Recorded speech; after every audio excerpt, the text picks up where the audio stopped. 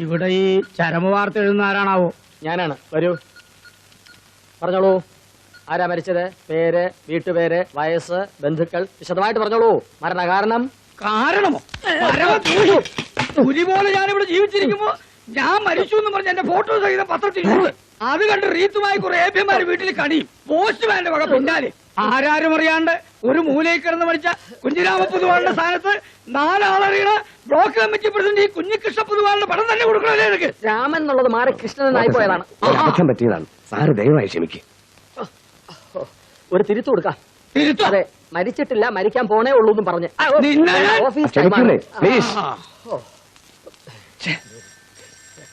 ഈ പത്രപ്രവർത്തനം എന്ന് പറയുന്നത് വെറും ഒരു താങ്ക്ലെസ് ജോബാണ്. നീയാ ഇതിപ്പോ 2ാമത്തെ തവണയാ.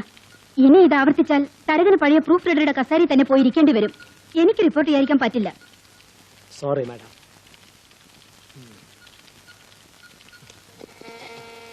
5 ദിവസത്തെ അമേരിക്കൻ സന്ദർശനത്തിന് ശേഷം രാഷ്ട്രപതി ഡൽഹിയിൽ തിരിച്ചെത്തി. ആലപ്പുഴയിൽ ഇന്നലെ ഉണ്ടായ ബോട്ടപകടത്തിൽ 18 പേർ മുങ്ങി മരിച്ചു. ശബ്ദം കുറയ്ക്കൂ. വന്നല്ലോ ഗുരുനാഥൻ. മൂർത്തി സാറേ, ഇത് മിസ്റ്റർ അനന്തകൃഷ്ണൻ, പുതിയ സബ് എഡിറ്റർ ട്രെയിനിയാ. Good morning sir. മൂർത്തി സാറിന്റെ അസിസ്റ്റന്റ് ആയിട്ടാ ആദ്യത്തെ പോസ്റ്റിംഗ്. എന്താ തന്റെ ക്വാളിഫിക്കേഷൻ? MA ലിറ്ററേച്ചറാണ്. അതല്ല ചോദിച്ചത്, ഈ പ്രൊഫഷനിലേക്ക് വരാൻ എന്താ യോഗ്യതയെന്ന്. അത് പിന്നെ എനിക്ക് അങ്ങനെയൊന്നുമില്ല. ഞാൻ ഫ്രഷ് ആയിട്ട് വരികയാണ്. മറ്റ് എക്സിക്യൂട്ടീവ് പോസ്റ്റുകളൊന്നും തടഞ്ഞു കാണൂല. വാദ്യാർ പണിക്ക് കോഴ കൊടുക്കാൻ ചില്ലുവാനും തികഞ്ഞു കാണില്ല. എന്നാ പിന്നെ ആർക്കും വേണ്ടാത്ത ഒരു പണിയില്ലേ? കറക്റ്റ്. അല്ല സർ, ജെനുവിൻ ഇൻട്രസ്റ്റ് കൊണ്ടാണ് ഞാൻ അപേക്ഷിച്ചത്.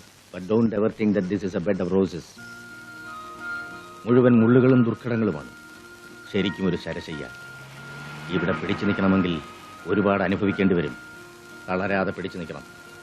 എന്തും ചലഞ്ചോടെ നേരിടാനുള്ള ഒരു സ്പിരിറ്റ് ഉണ്ടാവണം. ആ സ്പിരിറ്റ് ഒരു ലഹരി പോലെ ഞരമ്പിൽ കത്തി നിൽക്കണം.